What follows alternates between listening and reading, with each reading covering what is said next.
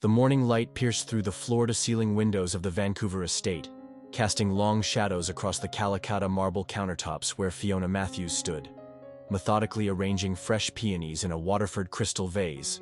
Her fingers, still elegant at 55 despite early signs of arthritis, moved with practiced precision. The pink blooms from her garden released their sweet fragrance into the air, a subtle rebellion against Bradley's insistence on sterile, white orchids for tomorrow's birthday celebration. The kitchen's sub-zero refrigerator hummed quietly, its stainless steel surface reflecting her slightly distorted image. Silver-streaked dark hair pulled back in a loose chignon. Emerald green eyes that had lost their spark somewhere between years 30 and 40 of her marriage. She adjusted a drooping stem, her mother's vintage gardening ring catching the light. "Those flowers are completely wrong for the occasion." Bradley's voice sliced through her reverie. He didn't look up from his iPad Pro, his Tom Ford reading glasses perched on the edge of his nose. "I told you to order the white orchids from Chen's in Yaletown. They're the only ones who understand proper presentation." Fiona's hand trembled slightly as she adjusted a coral pink bloom. "These are from my garden," she said, her voice barely above a whisper. "I thought they'd add a personal touch." Bradley finally looked up, his steel-gray eyes narrowing behind his glasses. "Personal. Fiona, we're hosting Richard Chen, the CEO of Pacific Ridge Development and half of Vancouver's social elite. This isn't some backyard garden club meeting." The words stung, as they always did, but Fiona maintained her composed exterior, a skill she'd perfected over 28 years of marriage to one of the city's most prominent real estate developers. She watched as Bradley returned to his emails, his manicured fingers tapping against the screen with sharp, aggressive movements that matched his personality. Their house, a modern masterpiece overlooking English Bay, was already transforming for tomorrow's event. Caterers from Hawksworth Restaurant bustled in and out through the service entrance, setting up stations and consulting with Sarah Chen, the event planner Bradley had insisted on hiring. Coincidentally, Richard Chen's niece, a fact Bradley had mentioned at least a dozen times. The click of Louboutin heels on Brazilian cherry hardwood floors echoed through the space as Sarah approached, her iPad clutched to her chest like a shield. At 28, she embodied everything Fiona had once been: ambitious, eager, to please all, and completely unaware of how quickly life could shrink around you. "Well, Mrs. Matthews, we need to finalize the seating arrangement," Sarah said, her youth and enthusiasm making Fiona feel every one of her years. Mr. Matthews requested some last-minute changes to accommodate the Hendersons and the new VP of operations at Pacific Ridge. The Hendersons. Fiona's brow furrowed, creating lines that Bradley had recently suggested she do something about. "I thought they were in Tuscany this month, touring vineyards for their import business." "They cut their trip short," Bradley interjected, suddenly interested in the conversation. "James is considering a $40 million investment in our Cole Harbor development. Having them here tomorrow is crucial." Of course, it was about business. Everything in Bradley's world revolved around networking, deals, and maintaining his carefully crafted image. Fiona nodded, accepting yet another change to what was supposed to be her celebration. As the day progressed, Fiona watched her home transform into an elegant venue. The B&B Italia furniture in the great room was rearranged to create intimate seating areas. Riedel crystal champagne flutes were polished to perfection, and imported Italian linens draped every surface. Yet with each addition, the space felt less like home and more like a stage set for another one of Bradley's performances. In their master bedroom that evening, Fiona stood before the full-length mirror, holding up the dress Bradley had chosen for her. A Tom Ford creation in midnight blue that cost more than most people's monthly mortgage payments. The woman reflected back at her was still beautiful, in that careful way that came from regular visits to Vancouver's top estheticians and personal trainers. But her eyes held a question she'd been avoiding for years, one that whispered louder with each passing day. The following evening arrived with the precision of a Swiss timepiece. At exactly 6 o'clock, the first guests began streaming into the Matthews estate, their luxury vehicles, a parade of Bentleys, Maseratis, and Tesla Model X's, forming a gleaming line along the heated circular driveway. The Vancouver sunset painted the sky in hues of pink and gold, providing a magnificent backdrop for the evening's festivities. Fiona stood at Bradley's side in the travertine-tiled foyer, wearing the midnight blue Tom Ford dress that felt more like armor than celebration attire. Her hair had been styled into elegant waves by Maurice at Salon Le Voyage, who had tutted disapprovingly at her suggestion of a more natural look. "Darling, we must hide these grays properly," he'd insisted, adding lowlights and highlights, until her natural silver streaks disappeared completely. Every detail of her appearance had been curated to meet Bradley's exacting standards. Jimmy Choo, heels that pinched her toes. Cartier diamonds that felt heavy against her collarbones. And enough La Prairie cream to justify its $1,000 price tag. She was a living, breathing advertisement for success. Bradley's success. "Fiona, darling." Caroline Henderson air-kissed both of her cheeks, her Van Cleef & Arpels earrings catching the light. The scent of her Clive Christian perfume was overwhelming. "You look absolutely divine. 55 has never looked so good, has it, James?" James Henderson, built like a retired rugby player in his bespoke Savile Row suit, nodded while shooting Bradley a meaningful glance. "Indeed. Bradley, we should discuss that waterfront proposal before dinner. I've had some thoughts about the zoning restrictions." "Of course," Bradley replied, already stepping away from Fiona. "Darling, make sure everyone's comfortable." He disappeared with James into his walnut-paneled study, leaving Fiona to manage the growing crowd of guests. The great room buzzed with Vancouver's elite, neurosurgeons from St. Paul's Hospital, tech entrepreneurs from Gastown's latest startups, philanthropists who had buildings named after them at UBC, and their impeccably dressed spouses. Waiters in black ties glided through the space with trays of Dom Perignon and canapés from Hawksworth, while the Vancouver String Quartet played Vivaldi in the corner. The peonies Fiona had arranged had been replaced with white orchids, their sterile beauty a perfect match for the carefully constructed atmosphere.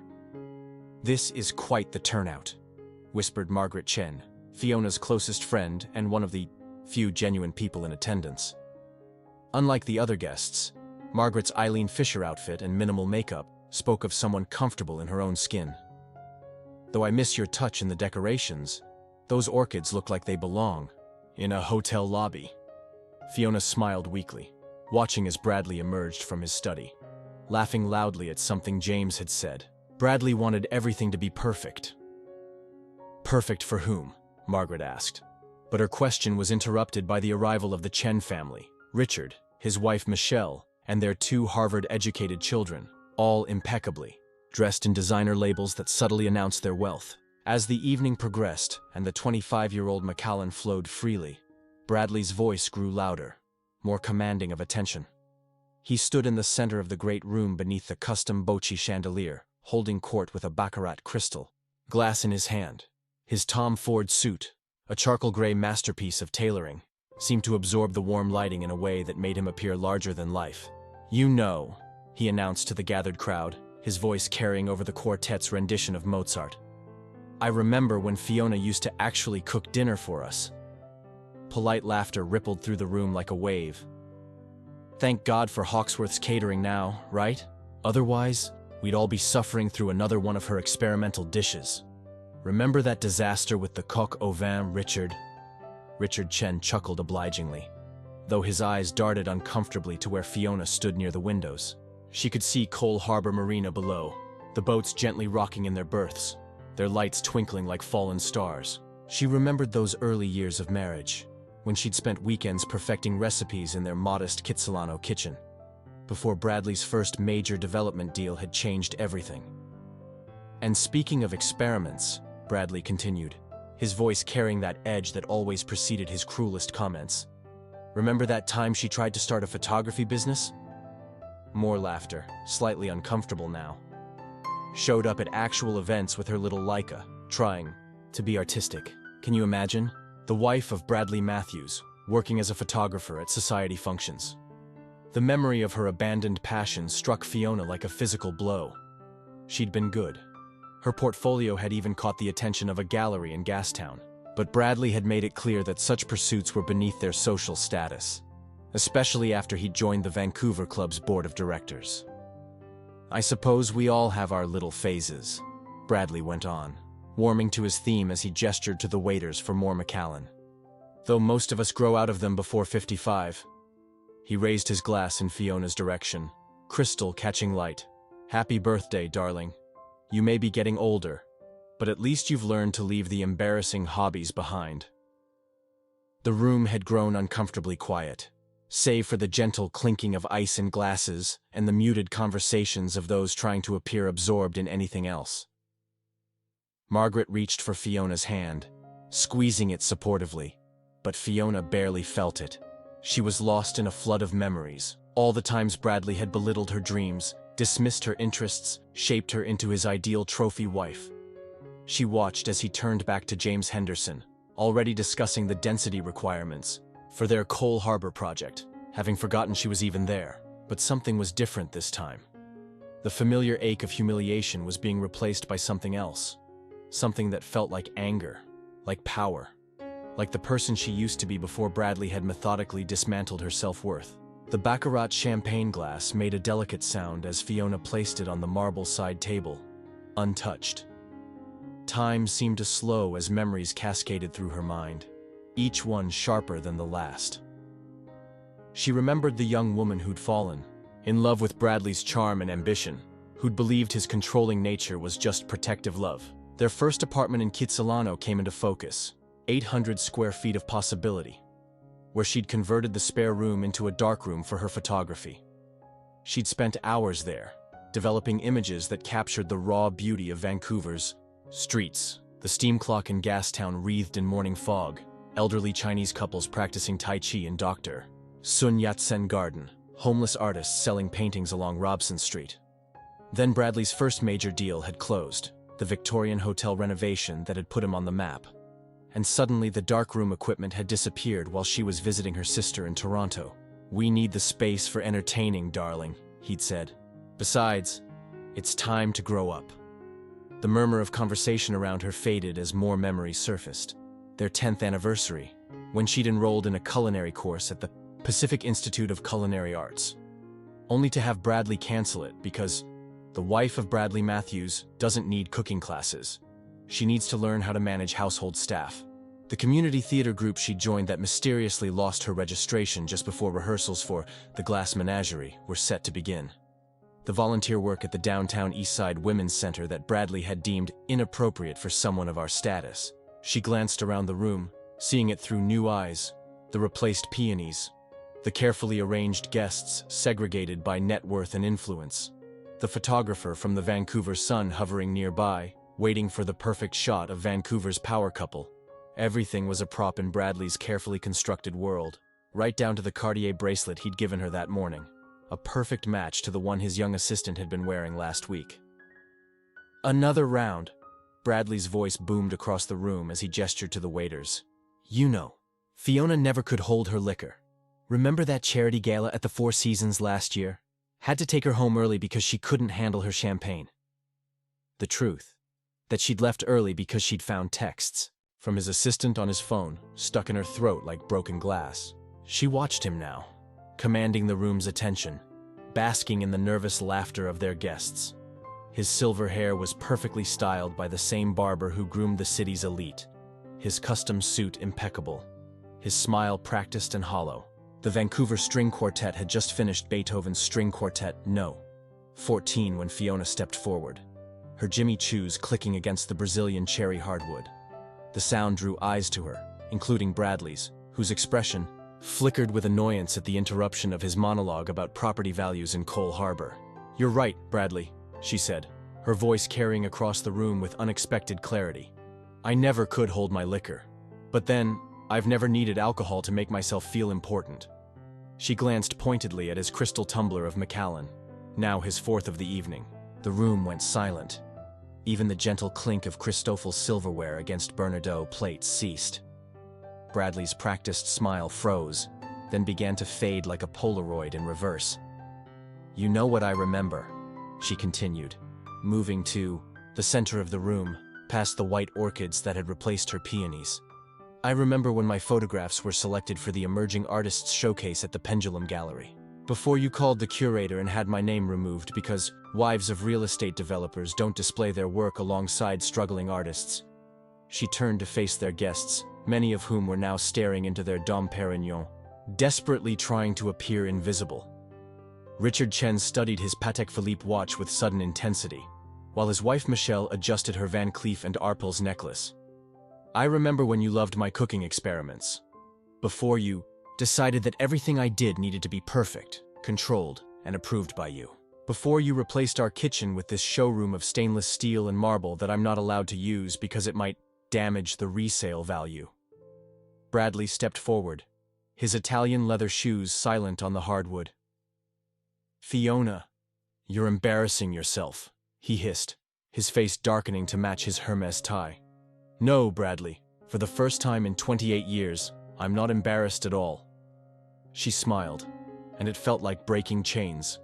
"I'm 55 today, and do you know what I want for my birthday? I want my darkroom back. I want my Leica M6 that mysteriously disappeared during our move to this mausoleum. I want to volunteer at the downtown Eastside Women's Center, without you calling it slumming. But most of all, I want to stop pretending that your success is worth my silence." The weight of decades lifted as Fiona spoke. She remembered her father's words on her wedding day at the Vancouver Club. "Never lose yourself, Fiona girl." How prophetic those words had been, and how long it had taken her to understand them. Margaret had moved closer, tears in her eyes, while others in the room shifted uncomfortably on their Italian leather sofas. The Vancouver Sun photographer had lowered his Canon, seeming to understand that this moment was too raw for public consumption. Sarah Chen, the event planner, stood frozen by the Calicut marble bar, her tablet forgotten in her manicured hands. "I've spent years editing myself to fit your narrative," Fiona continued, looking directly at Bradley. "Making myself smaller, quieter, more acceptable. I stopped painting because you said it made my hands look common. I gave up my column at the North Shore News because you said journalism was beneath us. I even changed my laugh because you said it was too loud for the Vancouver Club." She reached up and removed the Cartier necklace he'd given her that morning, another attempt to buy her compliance. The clasp opened easily, and she placed it on the nearby Minotti side table, next to an untouched glass of Krug. "The funny thing is," she said, her voice softer now but still carrying across the silent room, "I actually believed I needed your approval. That somehow your success meant you knew better than I did about who I should be. But standing here, looking at you now, I realize something. You're just a man who's so afraid of imperfection that you tried to control everything around you, including me." The string quartet had long since stopped playing, their instruments silent in their hands. The only sounds were the gentle hum of the climate control system and the distant foghorn from a container ship in the harbor. Bradley's face had gone from red to white, his carefully maintained composure cracking like the ice in his forgotten scotch. James Henderson's wife Caroline was already gathering her Bottega Veneta clutch, while others began making subtle moves toward the door. The catering staff stood awkwardly by their stations, pretending to adjust already perfect place settings on the fret linens. The silence that followed Fiona's words was deafening, broken only by the soft whir of the Miele dishwasher in the kitchen and the muted ticking of the Cartier clock on the mantel. Bradley stood frozen, his Macallan-filled Baccarat tumbler still in hand, looking like a man who'd just watched his carefully constructed world crumble around his Italian leather shoes. James Henderson cleared his throat, the sound echoing in the cavernous living room. "I think," he said, adjusting his Brioni tie, "that perhaps we should call it a night." His wife Caroline was already collecting her Judith Lieber clutch, avoiding eye contact with everyone as if Fiona's truth were contagious.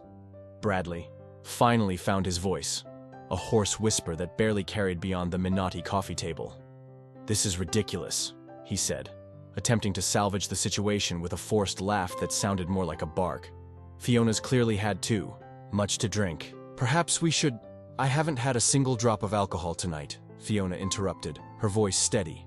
She gestured to her untouched champagne flute. "Which is why, for the first time in years, I can see everything with perfect clarity." The Vancouver Sun photographer had quietly packed his Canon and was making his way to the door, followed by a stream of guests who couldn't leave fast enough. They murmured polite goodbyes, eyes averted, as they collected their coats from the flustered staff by the door. Only Margaret remained, standing protectively near Fiona, while the catering team from Hawksworth tried to look busy dismantling. Their stations, Sarah Chen, the event planner, was furiously tapping on her iPad, likely already drafting damage control emails to her uncle and the other high-profile guests. "You can't do this," Bradley hissed, stepping closer to Fiona, his composure slipping further with each word. "Do you have any idea what this will do to my reputation? The Cole Harbor deal? The board position at Pacific Ridge Development? Your reputation?" Fiona laughed, and the sound was both foreign and familiar to her ears, reminiscent of the carefree woman she'd been before marriage. "That's all you can think about, isn't it? Even now?" She turned to Margaret, whose eyes shone with a mixture of pride and concern. "Would you mind giving me a ride? I think I'll be staying at the Fairmont Pacific Rim tonight." As they made their way to the door, Fiona paused by the Eames chair where she'd draped her Burberry trench coat. She shrugged it on, feeling as though she were donning armor for the battle ahead. "I'll have my lawyer contact you tomorrow, Bradley," she said, her voice calm but firm. "I think it's time we discussed a separation." The next morning dawned crisp and clear, sunlight glinting off the waters of Cole Harbor, visible from Fiona's suite at the Fairmont Pacific Rim. She sat on the balcony, wrapped in the hotel's plush robe, while her phone buzzed continuously on the glass table beside her. Messages from concerned friends, curious acquaintances, and even a few journalists filled her inbox. Margaret arrived early, carrying a tray with coffee from JJ Bean and fresh croissants from Bocoup Bakery in Kitsilano. "The whole city's talking about it," she said, settling into the chair opposite Fiona. "Caroline Henderson called me this morning, if you can believe it. Wanted to know if you were okay." Fiona wrapped her hands around the warm coffee cup, inhaling the rich aroma. "And what did you tell her?" "I told her you were more than okay. You were finally free." Bradley had spent the night leaving increasingly angry voicemails, alternating between threats and pleas. His last message, left at 3 a.m., had been a growled warning. "You'll regret this, Fiona. You're nothing without me. Who do you think you are?" But sitting on the balcony, watching seaplanes take off from the harbor in the morning light, play across the North Shore mountains, Fiona felt anything but nothing. She felt like herself, a self she'd almost forgotten existed beneath layers of Chanel and social expectations. Her phone buzzed again. This time, it was her daughter, Emma, calling from her condo in Toronto's Distillery District. "Mom, I just saw Dad's Facebook post. What's going on? Are you all right?" "I'm better than all right, sweetheart," Fiona replied, feeling tears well up. "I should have done this years ago, when your father first started trying to control your career choices too." Emma's sigh of relief was audible even through the phone. "You mean when he tried to force me into UBC's Sauder School of Business instead of OCAD for photography?" "Exactly," Fiona said, smiling at the memory of her daughter's rebellion. "How is your latest project going, by the way?" As Emma launched into a description of her upcoming gallery show, Fiona felt a wave of pride and regret wash over her. She'd always supported Emma's artistic pursuits in private, but had remained silent when Bradley dismissed them publicly. "Never again," she vowed. After ending the call with promises to visit soon, Fiona turned to Margaret. "I need to make some changes," she said. "What did you have in mind?" Margaret asked, leaning forward with interest. "First, I need to find a good lawyer. Then, I think it's time I reclaimed some of the things I've lost over the years." Margaret's smile was warm and encouraging. "I know just the person for both. My niece Priya is a partner at Harper Gray. She specializes in high-profile divorces, and I believe she's also on the board of the Capture Photography Festival." As they finished their coffee and made plans for the day ahead, Fiona felt a sense of excitement she hadn't experienced in years. The road ahead would be challenging, but for the first time in decades, it was her road to choose. 6 months after her fateful birthday party, Fiona stood in the Pendulum Gallery on West Georgia Street, surrounded by her photographs. The walls were lined with her work, stark black and white images capturing the hidden beauty of Vancouver's streets. Portraits of women from the downtown East Side Women's Center showing their strength and resilience, and a particularly striking self-portrait taken the morning after her birthday party at the Fairmont Pacific Rim. The gallery buzzed with activity as art enthusiasts, local celebrities, and curious onlookers moved from piece to piece. Fiona caught snippets of conversation about composition, lighting, and the raw emotion captured in her images. She smoothed down her Eileen Fisher linen blazer, an outfit she'd chosen herself from the boutique on South Granville, and took a deep breath. Bradley had not attended, of course. The divorce proceedings were well underway, with Priya Sharma from Harper Gray proving to be a formidable advocate for Fiona's interests. But Fiona found she didn't care about Bradley's absence. Her gallery was filled with real friends: Margaret, volunteers from the Women's Center, her new photography colleagues, and most importantly, Emma, who had flown in from Toronto for the opening. "Mom, these are incredible," Emma said, standing before a photograph of an elderly Sikh couple sharing a moment of tenderness on a bench in Stanley Park. "I can't believe Dad made you give this up for so long." "He didn't make me," Fiona replied, adjusting her camera strap. She'd treated herself to a new Leica M10, a symbol of her reclaimed passion. "I gave it up. But that's the thing about passion. It never really goes away. It just waits for you to be ready to embrace it again." The exhibition was a success, with several pieces selling on opening night. But more meaningful than the sales were the conversations Fiona had with visitors who saw themselves in her journey. A local magazine, Vancouver Magazine, had even asked to feature her story in their next issue. As the evening wound down, Fiona found herself standing next to a young woman who had been intently studying her photographs for over an hour. "These are beautiful," the woman said, her eyes never leaving the image of a homeless man's weathered hands cradling a Tim Hortons coffee cup. "You've really captured the soul of the city."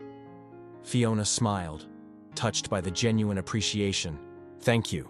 I'm Fiona, by the way." The woman turned, her eyes widening in recognition. "Oh, I'm Samantha. I heard about what happened at your birthday party. It's been the talk of my mom's book club for months." Instead of feeling embarrassed, Fiona felt a surge of pride. "Well, I hope it's inspired some interesting discussions." Samantha nodded enthusiastically. "It has. My mom, she's thinking about going back to school. Your story made her realize it's never too late to chase your dreams." As Samantha moved on to the next photograph, Fiona felt a warmth spread through her chest. Her act of self-reclamation was having ripple effects she'd never anticipated. 1 year to the day after her fateful birthday party, Fiona returned to the downtown Eastside Women's Center, not as a volunteer but as a guest speaker. The community room was filled with women at various stages of their own journeys, some still trapped in controlling relationships, others taking their first steps toward freedom. The center, with its mismatched furniture and walls covered in empowering posters, felt more like home than the sleek Cole Harbor condo ever had. Fiona took in the faces before her, women of all ages and backgrounds, united by their search for strength and autonomy. "Someone once told me that I was nothing without my husband," she began, her voice strong and clear. "But I discovered that I was nothing when I was with him. Nothing but a reflection of what he wanted me to be." Real strength isn't in maintaining a perfect image or living up to someone else's expectations. It's in being brave enough to reclaim your own voice, even when that voice has been silent for years. She shared her story, the gradual erosion of her identity, the moment of rebellion at her birthday party, and the challenging but rewarding journey of the past year. She spoke of the legal battles, the whispered gossip at the Vancouver club, and the discovery that many of her so-called friends had been nothing more than social climbers. But she also spoke of joy, rediscovering her passion for photography, volunteering at the Women's Center without fear of judgment, and building a genuine relationship with her daughter based on mutual respect and shared interests. After her talk, as she packed up her camera after photographing some of the women for the center's new website, a young woman approached her. The woman's eyes were rimmed with exhaustion, but there was a spark of hope in them that Fiona recognized all too well. "How did you know it was the right time?" she asked quietly, twisting a worn gold band on her finger. Fiona smiled, remembering the moment everything changed. "There's no right time," she replied, gently placing a hand on the woman's shoulder. "There's just the moment you decide that your truth is more important than someone else's comfort. And once you realize that, you'll find strength you never knew you had." That evening, as Fiona walked home along the seawall to her new apartment in Kitsilano, She stopped to photograph the sunset reflecting off the glass towers of downtown Vancouver. Through her viewfinder, she could see both the glittering success she'd left behind and the authentic life she'd created for herself. The image would later become her most popular piece, titled simply Liberation. In her cozy Kitsilano apartment, filled with books, camera equipment, and her beloved peonies now thriving on the balcony, Fiona settled into her favorite reading chair. She opened her laptop to finish her artist's statement for an upcoming exhibition at the Polygon Gallery in North Vancouver.